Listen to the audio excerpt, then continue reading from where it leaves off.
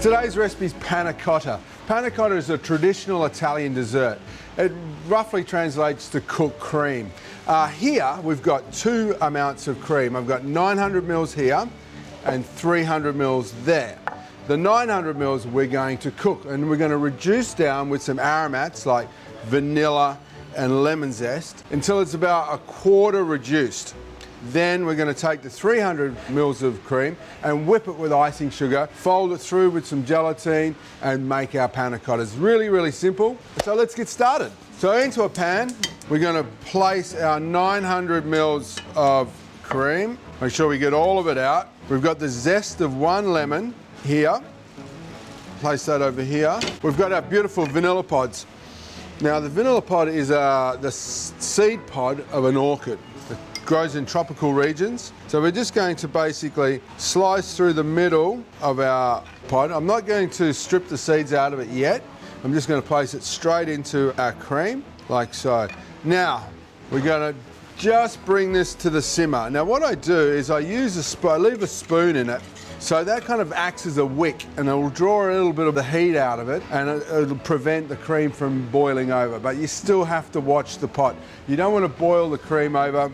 Two reasons: you lose cream, but also you want to create a little tide line. You want to be able to see where the cream's reduced. So if it boils over, you've got a dirty pan all the way up, and you can't really identify how much the cream is reduced. So we just bring that up, give it a little stir, bring it to the simmer, and then turn it down and just let it reduce slowly. So we're going to quickly whisk up our icing sugar and cream, the remaining 300 grams, and we'll pop that in the fridge ready for when our other cream is cooked. Again, we'll get all our cream out. So when you're whisking cream, you want to make sure it's cold. Don't whisk it at room temperature, because what will happen is it'll over whip and turn into butter very quickly. So you want to whip the cream to a light peak, not too much, because we need to work it further by folding it into the cooled cooked cream. And if we overwork it again, it'll split and you'll end up with a lumpy textured panna cotta, which is not what we're after. You can do it in a machine, but I think for this amount of cream, it's so much easier to do it by hand. Okay, it's almost there, it's starting to get thick.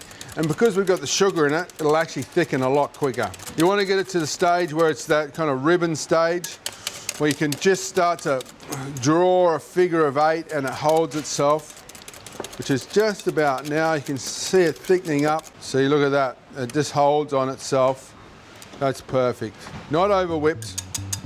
Now we pop this in the fridge.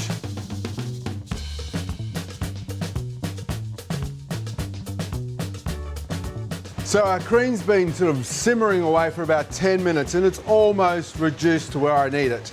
Now what we start to do is soak our gelatine. This will take a couple of minutes. So in an industrial kitchen, in our kitchen at work, our sheets are about that long. So I need 3 sheets, which will mean 6 half sheets. And we're just going to put those into cold milk until they soften.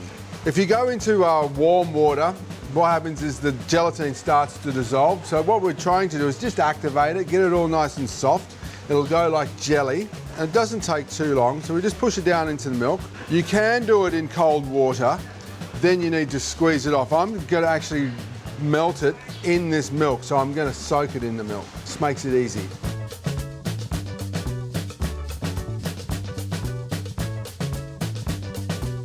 Okay, let's have a look at our cream. Perfect. We're going to extract our vanilla beans. Now with these, this is when I scrape them. It's a lot easier to do while they're warm, and a lot of the flavour's already gone into our cream, but I just scrape the seeds out. You'll probably find that there's not much in there now because they've kind of simmered out into the cream, and the cream's been imparted in with that wonderful flavour of vanilla.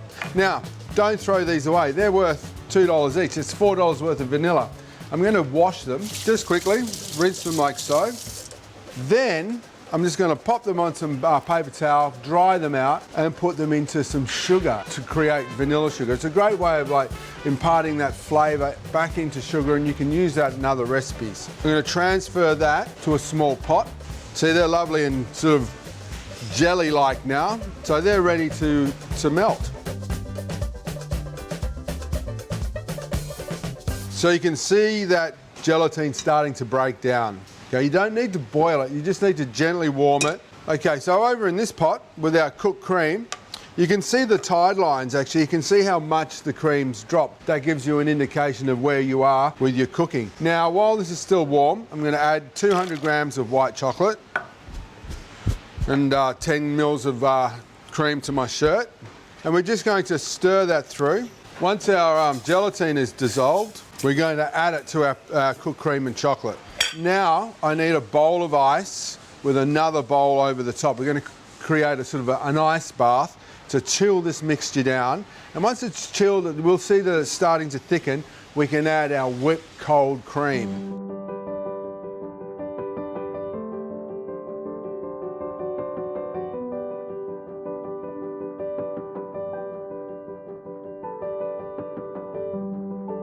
So what I'm doing here is I'm just spinning the bowl. Now, if I was to leave this, obviously the cold on the inside of the bowl is going to be greater. So what's going to happen is the outside panna cotta on the glass will set before the inside. So we'll have a little taste. Because we've reduced the cream, we've got this wonderful, full, rich mouthfeel, silky smooth, and of course a wonderful flavour of vanilla and white chocolate. So this will just take a few minutes to chill down. You'll see it start to thicken, but patience, grasshopper, it's just going to do its thing. Okay, now I'm going to add half my cream, and because this has been in the fridge, it should be nice and cold. It's going to help set the panna cottas a little quicker as well. So now we just fold this through gently. It should be silky and creamy, shouldn't be any lumps at all, and you'll see the little speckles of vanilla seed sort of suspended all the way through. Now, if you don't thicken the custard or cooked cream sufficiently, what'll happen is all those vanilla pods or seeds will drop to the bottom of the mould. When you turn it out, there'll be a black film of unsuspended vanilla pods. Okay, the rest of our cream now and icing sugar mixture. Get all of that in there. And now we just fold this through like so.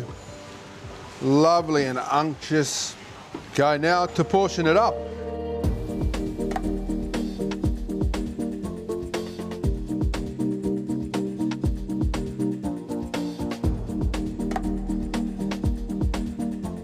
So our panna cottas have been in the fridge for 2 hours, and you touch them and they're just set. It will stick to your finger.